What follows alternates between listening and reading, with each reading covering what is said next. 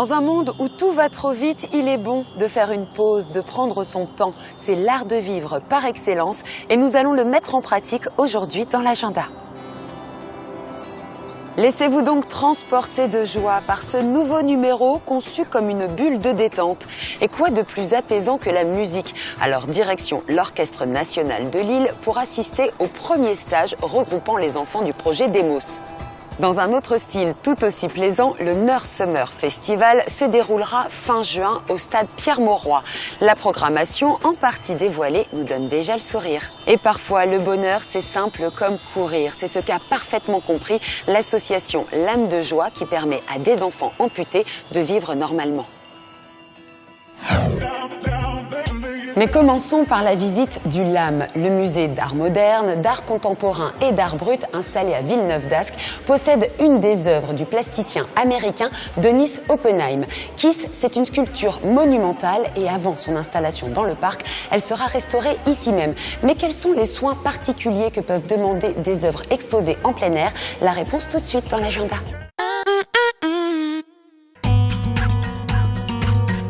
Elles sont soumises aux tempêtes, au soleil et à la pluie. Comment alors préserver la dizaine d'œuvres monumentales qui habitent le parc du LAM, à Villeneuve-d'Ascq? La réponse se trouve dans les réserves du musée, territoire de Savines-Faupin. Elle prépare actuellement la restauration de Kiss, une œuvre géante de Denis Oppenheim. C'est une sculpture qui date de 91. Là, vous voyez des éléments qui vont après être réassemblés et vont former deux visages qui s'embrassent. Et c'est en fait une cage. Quand les deux ensembles seront réunis à l'intérieur, on va remettre des oiseaux comme c'était en 94 lors de la présentation ici au musée. Il y a des zones où le métal est à nu. Donc là, il faudra vraiment aussi que ce soit bien traité avant de pouvoir être repeint. Là, c'est sûr qu'à force, ça peut vraiment faire percer le métal quand l'oxydation est trop forte.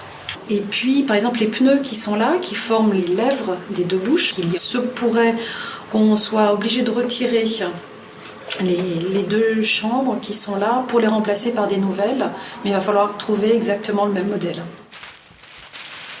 Certains artistes font pas tellement attention. Oppenheim, on pourrait dire, quand il a conçu cette œuvre, je pense qu'il s'est pas posé la question d'histoire des perchoirs, de comment on allait nous la conserver. Nous, on travaille pour que ces œuvres puissent rester le plus longtemps possible visibles des visiteurs et qu'elles puissent se conserver dans le meilleur état. Infiltration d'eau, rouille, colonisation végétale, les conservateurs du musée sont à l'affût pour que ces sculptures puissent résister au temps. Ça, c'est une œuvre de Eugène Dodaigne. C'est une sculpture en pierre. Il y a des lichens qui se sont développés. Mais il y a aussi la problématique d'une saleté de base, probablement due à la pollution. On va appliquer un produit chimique qu'on appelle un biocide pour enlever les lichens, pour tuer les champignons. On va le laisser agir un certain temps et on va mettre les sculptures sous bâche. Et au bout de 3-4 semaines, on va brosser la sculpture pour enlever le produit, pour enlever aussi les saletés. Et on va aussi utiliser une sorte de karcher, on va dire. On va la nettoyer avec de la vapeur à basse pression pour pouvoir enlever les saletés sans pour autant abîmer la sculpture. C'est encore une sculpture de Dodaigne, mais qui a déjà été restaurée, toujours par le même procédé, donc de biocide, d'un produit appliqué sur l'épiderme. On parle d'épiderme pour les sculptures, comme si c'était des êtres vivants. Donc un produit appliqué sur la peau de la sculpture pour attaquer les lichens. On a pu faire réapparaître toutes les stries, tous les creux qui étaient volontaires, qui ont été tracés par l'artiste. Donc on a rendu à la sculpture toute son intégrité. Ça, c'est l'œuvre de Richard Deacon. Il a fallu la repeindre et du coup on a demandé à l'artiste, parce qu'on a la chance qu'il soit encore vivant, quel type de peinture on pouvait utiliser et surtout s'il nous autorisait à faire ce type de sol, parce que donc cette œuvre elle est posée sur la terre, il y a toute une structure, des espèces de fondations qui la supportent sous terre, sauf que avec le temps, toute la structure devenait apparente, ce qui du coup cassait complètement la vision de l'œuvre. Donc on a eu son autorisation pour couler une sorte de sol synthétique et que ça ça ne se redégrade pas à l'avenir, puisqu'il y a cet aspect préventif. Le travail du conservateur et du restaurateur, c'est à la fois de réparer les dommages, mais aussi de faire en sorte qu'il n'y ait pas de nouvelles dégradations par la suite. Il y en a des trésors à venir découvrir ici au LAM. D'ailleurs, le musée possède la plus grande collection publique d'art brut en France. Et on va continuer sans plus attendre notre visite avec Sébastien Delot. Bonjour Sébastien. Bonjour Laurence, bienvenue. Merci, vous êtes le nouveau directeur du LAM. Alors après New York, Abu Dhabi, Saint-Étienne, Vitry-sur-Seine, Villeneuve-d'Ascq. Le LAM, c'était comme une évidence ? Je crois que dans la vie, il n'y a pas d'évidence. Et donc, vous l'avez souligné, mais c'est pas tout à fait dans le bon tiercé gagnant. Mais effectivement, je suis passé par ces différentes villes, ces différents postes. Et aujourd'hui, effectivement, le LAM à Villeneuve-d'Ascq est l'occasion de travailler avec l'équipe à ce beau projet qui est ce musée du territoire de la métropole lilloise. Donc, un nouveau projet, un nouveau challenge avec des collections tout à fait particulières, tout à fait uniques. Vous avez eu raison de souligner l'importance de l'art brut, mais il y a également l'art moderne et l'art contemporain. Et toutes ces richesses donnent une image, un visage inédit à cette collection. Et plus globalement, pouvez-vous nous parler de la façon dont vous voyez l'évolution du musée ? Alors pour moi, ce musée, il a bien entendu, comme chaque musée, mais celui-ci en particulier a une saveur tout à fait inédite, à la fois son architecture, que vous avez pu découvrir, avec des volumes à la fois intimes, ce rapport entre l'intérieur et l'extérieur, notamment pour la partie de Simonet, où il y a de très belles perspectives, notamment sur le parc. On a ce rapport d'intimité qui se joue quand on parcourt les salles du musée, qu'on découvre cet espace dans lequel on se sent comme à la maison. Le musée est un lieu notamment d'altérité, un lieu de rencontre et une boussole. J'ai souvent utilisé ce terme de boussole parce que dans le monde dans lequel on vit, qui est souvent un monde où on est en manque de repères, où on a besoin de mieux comprendre des situations, un musée nous permet à la fois de nous enraciner dans le temps, de prendre le temps aussi de découvrir le monde, les choses, d'ouvrir notre regard, d'éveiller notre curiosité et d'avoir l'occasion de réfléchir et de découvrir. Et ça commence le plus tôt possible, d'ailleurs, il y a des ateliers pédagogiques. Alors on invite les plus jeunes à venir au musée, en famille, avec les écoles, dans le cadre d'ateliers. Le musée est un lieu ouvert au plus grand nombre, un lieu dont il faut se saisir, c'est une chance, c'est un outil social, un outil de connaissance, mais un outil de partage. L'an dernier, vous avez proposé l'exposition Modigliani. 200 000 visiteurs, on peut dire que c'est un franc succès. Cette année et actuellement, il y a l'exposition sur Nedjar. C'est quoi les prochains points forts dont on peut parler pour le LAM ? Alors, à court terme, un prochain point fort, ça sera l'été au LAM, justement prendre possession de ce parc avec une programmation articulée en 6 temps forts autour de week-ends tout au long de l'été. Et le LAM va proposer de manière généreuse, puisqu'il y a de nombreuses actions gratuites, que cela soit de la danse, que cela soit des projections, que cela soit lié à la Nuit des Étoiles, que ce soit lié à toute une série d'événements nationaux et régionaux, l'occasion de venir découvrir le musée, mais également le parc et la création contemporaine. Merci pour ce regard différent, Sébastien. Merci.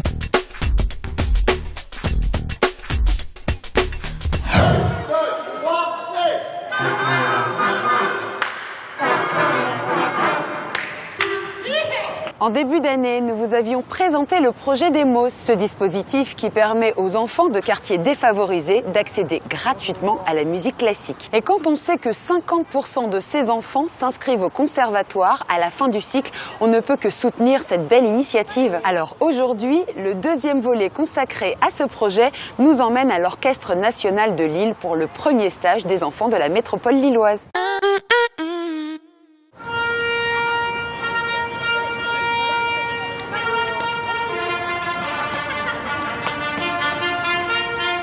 La musique classique pour tous et tout de suite. Voilà l'ambition du projet Demos, qui vise à impliquer 3000 enfants dans 30 orchestres à travers la France. À Lille, le projet a démarré en février avec l'apprentissage des chants et du rythme. Et l'ONL vient d'accueillir 120 enfants pour leur premier stage avec les instruments. Ils ont maintenant 3 ans pour apprendre à jouer ensemble en formant un orchestre philharmonique. Un vrai défi.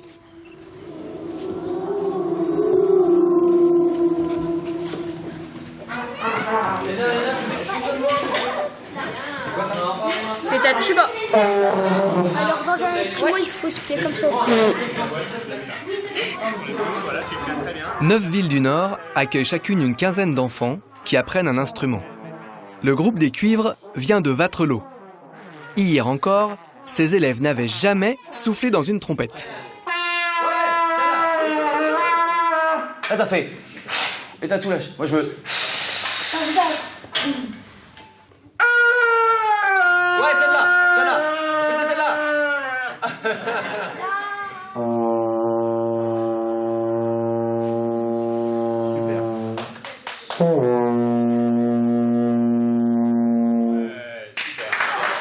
Est-ce que vous êtes prêts à le faire tous ensemble? Oui. Ouais, attention, d'accord? On s'écoute, on doit entendre qu'un seul sol, comme s'il y avait une seule personne qui le jouait. On y va. 1, 2, 3.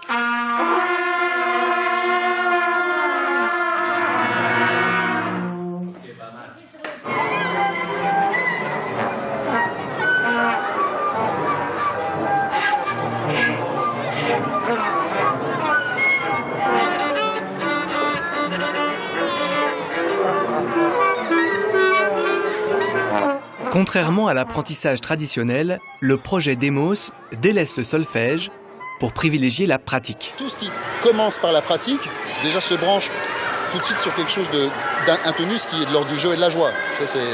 C'est déjà marrant, regardez, ils sont là, waouh, waouh, waouh, waouh. Et puis après, on essaie d'organiser pour que ça parte pas dans tous les sens et que ça se mette par ligne ou un beau cercle, voilà, mais c'est le même jeu. Ça n'empêche pas d'avoir un truc... C'est un grand groupe, les lignes c'est les lignes, donc il faut être discipliné, et puis à un moment, la consigne c'est ça, il faut appliquer la consigne. Donc, de toute façon, dans tous les jeux, il y a au moins un truc à prendre au sérieux. Si vous ne prenez pas ce truc au sérieux, le jeu disparaît. Chop, et, do, pa, mi, do, pa, mi. Ok, regardez. Ne jouez pas, je vous le fais. On se regarde tous, do, sol, do, on se regarde, do, sol, do, on se regarde. On y va? Fini, non? Et. Super, extra.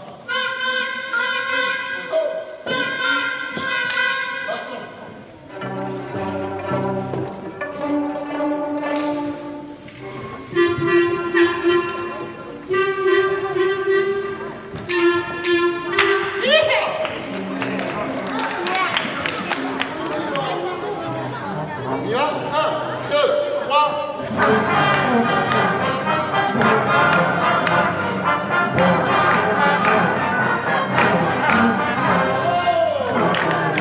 Ces 120 enfants vont tous bénéficier de 4 heures d'atelier musical par semaine. Et ils donneront leur premier concert public en fin d'année. Le classique, pour eux, c'est fantastique.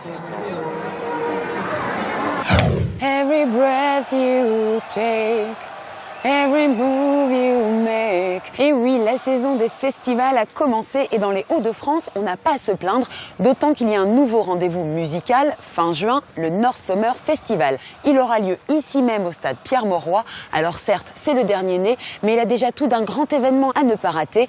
La preuve avec les artistes internationaux à l'affiche. Every move you make.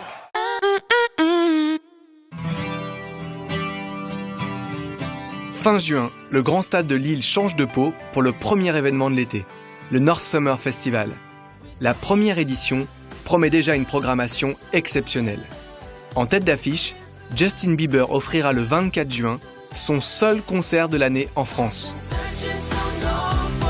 Pour les parents qui craignent de se retrouver au milieu d'une foule d'ados hystériques, des animations sont prévues pour les adultes.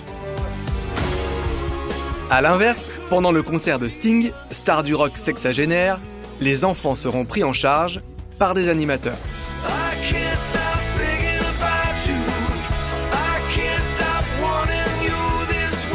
Ce sera ça le North Summer Festival, l'aréna du grand stade pour les concerts géants et une scène en plein air pour que la fête soit totale, à tout âge. Pour les fans d'électro, le DJ néerlandais Martin Garrix a confirmé sa présence.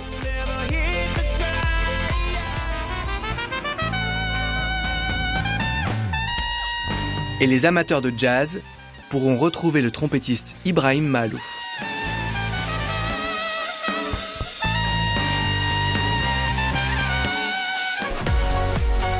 Les deux nordistes de Klingand sont aussi au programme. Et d'autres noms prestigieux seront très vite dévoilés.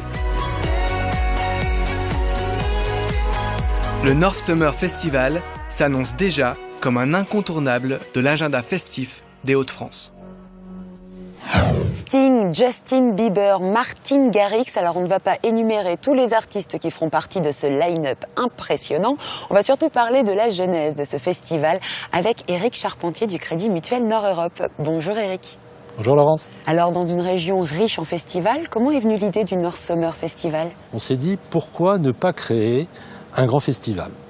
Nous sommes déjà partenaires d'un festival à Arras, qui est le Main Square. Oui. Mais pourquoi ne pas créer à Lille, en ville, un nouveau concept de festival, c'est-à-dire à la fois un festival indoor, puisque ce sera dans l'aréna, et en même temps avec un village. Et donc le village qui va être dehors va accueillir un certain nombre de partenaires qui vont contribuer à l'animation de ces 2 jours. Il y aura dans cette enceinte de très beaux concerts, mais il n'y aura pas des concerts en permanence, puis il y aura des ruptures entre les différents concerts. Donc c'est un endroit de passage où les gens vont passer un moment agréable. C'est important pour vous de soutenir ou même de créer de tels événements? Aujourd'hui, en France, le Crédit Mutuel soutient plus de 20 grands festivals. Et nous, dans notre région, nous sommes présents à Arras, j'en ai parlé, mais aussi au Cabaret Vert à Charleville-Mézières, et puis d'autres festivals un peu moins connus. Donc, je veux dire, cet accompagnement de la musique, pour nous, c'est un vrai enjeu. C'est un vrai enjeu aussi par le fait que nous souhaitons je dirais, démocratiser et permettre au plus grand nombre d'être présents. Nous cherchons à nous tourner vers la population évidemment de la métropole, mais les plus jeunes, les moins jeunes, et de donner l'occasion, parce que je veux dire, vous avez rappelé Justin Bieber, c'est pas très fréquent. Non. Justin Bieber, son concert, et puis d'ailleurs ce qui est intéressant, c'est qu'on entend des gens qui disent oui, il va chanter 2-3 chansons. Non, il nous fait le concert. Il fait sa date de tournée, exactement, bien sûr. Sa date de tournée. Alors le Crédit Mutuel, banque de la musique très, très variée, parce que Martin Garrix, on est plutôt dans l'électro. Et rappelons quand même que le 2 juin, ici même au stade Pierre-Mauroy, aura lieu le concert Prodige. Donc musique classique, là, cette fois-ci. Musique classique. Alors j'ai horreur de m'enfermer dans une image, soit de l'électro, soit du plus jeune, soit du moins jeune, soit du classique. La musique, c'est de toute façon fédérateur, quels que soient les types de musique qu'on entend. Et puis, vous avez parlé de Prodige, on y reviendra peut-être dans un instant, mais un mois après, le 12 juillet, nous nous retrouverons aussi dans cette enceinte pour accueillir à nouveau l'ENL pour la 3e année sur un grand concert de musique classique. Notre accompagnement, à quoi il va servir ? Il va servir, on va dire certes, à payer des artistes, mais il va surtout nous permettre d'offrir un certain nombre de billets à des prix extrêmement réduits. Nous aurons plusieurs milliers de billets le 12 juillet qui seront à 10 €. Et donc, tout un tas de gens, parce que cette enceinte, je l'ai rappelé, elle fait 25 000 places. L'enceinte classique, le nouveau siècle de l'ONL, 1000 places. Les prix de l'ONL ne sont pas très chers, mais ce n'est pas les mêmes. Donc nous permettons à un certain nombre d'acteurs de découvrir la musique classique, ce qu'ils ne feraient pas naturellement. Et l'opération Prodige, c'est la même idée. Le stade va accueillir, je crois, près de 10 000 choristes, l'orchestre de l'ONL, des choristes professionnels. Et là-dessus, nous allons aussi accompagner les enfants. C'est-à-dire que chaque enfant aura droit à un billet gratuit et à un 2e billet à un prix tout à fait préférentiel. Alors en plus, dans cette opération Prodige, c'est une opération qui a lieu avec le ministère de l'Éducation nationale. Ce qui est intéressant, c'est que ce n'est pas une opération, je dirais, one shot, il y a un grand concert, tout le monde se retrouve, la vie est belle. Non, depuis le début de l'année, dans un certain nombre de collèges, les professeurs de musique commencent à enseigner à leurs élèves, à leur classe, des chants qui seront entendus le 2 juin ici. Donc c'est une vraie plus grande chorale du monde. Ben, tout à fait. Et on se retrouve dans ce qui est un peu notre volonté, notamment par notre fondation, d'être à la fois un acteur de la culture, d'une culture décentralisée et de la formation. C'est vraiment pour nous la symbiose qu'on retrouve dans Prodige. De toute façon, la musique est un élément essentiel dans le développement de chacun. Et donc, c'est pour nous un vrai plaisir d'être le partenaire de cet événement. On note cette date, donc le 2 juin, ce sera Prodige, et à la fin du même mois, et bien sûr le North Summer Festival, où nous serons dans l'agenda. Et vous aussi. Merci Eric Charpentier. Merci Laurence.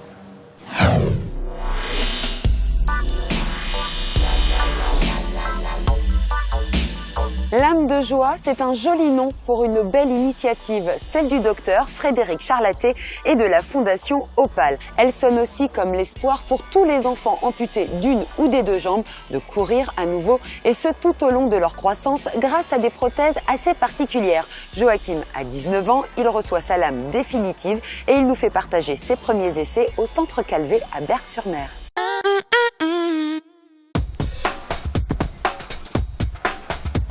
Okay. De toute façon, t'as tout, tu sais tout faire, t'as tout pour le faire. C'est la confiance et puis il y a les Maintenant, il faut juste que c'est le plus dur, la confiance. Ah oui, non, mais c'est clair. Bon. Cool. Tu regardes devant toi, tu regardes pas le sol. Tu fais quoi là-bas? C'est pour me rattraper. Et tu donnes tout ce que tu peux.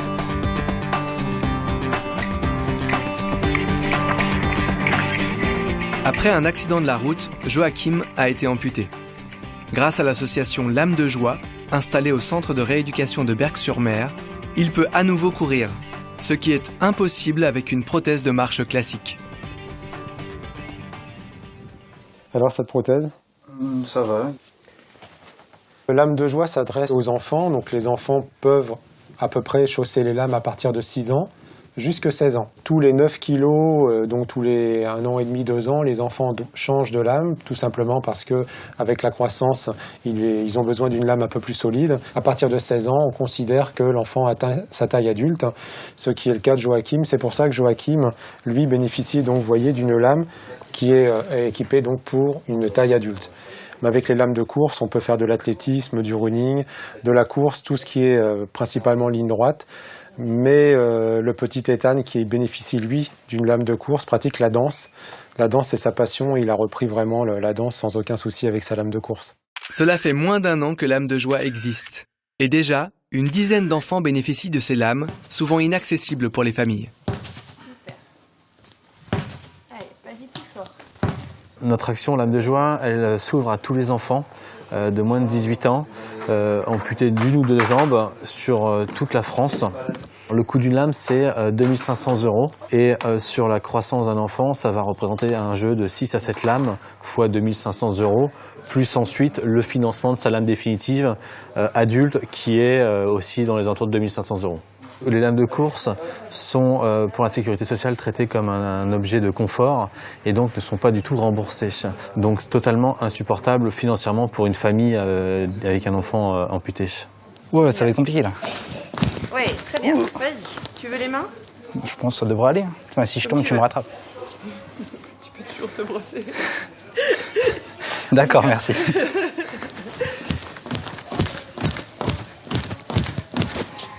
J'ai besoin de Kenny Respi aussi. Joachim est le premier bénéficiaire d'une lame définitive et on a une grosse vingtaine d'enfants sur toute la France en attente de leur première lame en fait.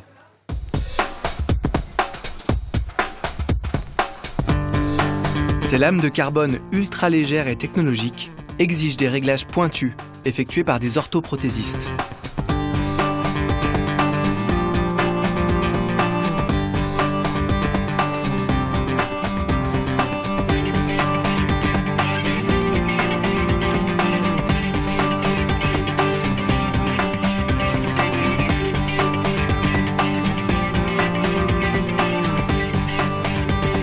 Quand on a nos 2 jambes, on courir, moi c'était pas spécialement un plaisir. Avant je courais juste pour garder la forme. Mais maintenant que forcément je suis amputé, courir avec une lame c'est vraiment bien. C'est une sensation de légèreté. C'est dur physiquement mais je me sens quand même plus libre et je pense que tous les enfants amputés aimeraient bien courir. Et pour faire courir encore plus d'enfants, faites preuve de générosité et n'hésitez pas à faire un don à l'association L'âme de joie. Comme chaque mois, l'agenda vous prépare un petit concentré des événements à ne pas rater. Et comme d'habitude, on n'a pas eu besoin de se creuser la tête de jour comme de nuit. Les occasions dans notre belle région ne manquent pas pour se distraire et s'émerveiller. Ce ne sont pas les amateurs d'art équestre qui vont me contredire. L'unique étape française de la Coupe des Nations se déroulera du 18 au 21 mai au stade équestre de Compiègne avec quelques-uns des meilleurs cavaliers internationaux de dressage. Eux figurent parmi les artistes les plus talentueux du XVIIe siècle. Ils sont originaires de Picardie, pourtant ils flottent comme un parfum de mystère autour des œuvres des frères Lenain. Au musée du Louvre-Lens, les visiteurs vont pouvoir reconstituer le puzzle grâce à l'expo Le Mystère Lenain jusqu'au 26 juin. Les petits aussi ont droit à leur expo. Petit Carré deviendra cube s'adresse aux enfants de 3 à 6 ans et comme toute forme peut en cacher une autre, voilà une expo qui leur permet d'avoir un regard nouveau sur leur environnement. Rendez-vous au Forum départemental des sciences à Villeneuve-d'Ascq jusqu'au 12 novembre. Et pour s'évader, je vous conseille fortement le Brasil Fusion Festival du 5 au 7 mai. Les arts brésiliens vont électriser l'île le temps d'un week-end et ça se passe aussi bien à la gare Saint-Sauveur qu'au Flot. J'espère que cet agenda vous a donné envie d'être encore mieux dans vos baskets. Tiens, ça me rappelle une jolie phrase de Marilyn Monroe. Donne à une fille les bonnes chaussures et elle peut conquérir le monde. Pou pou pitou.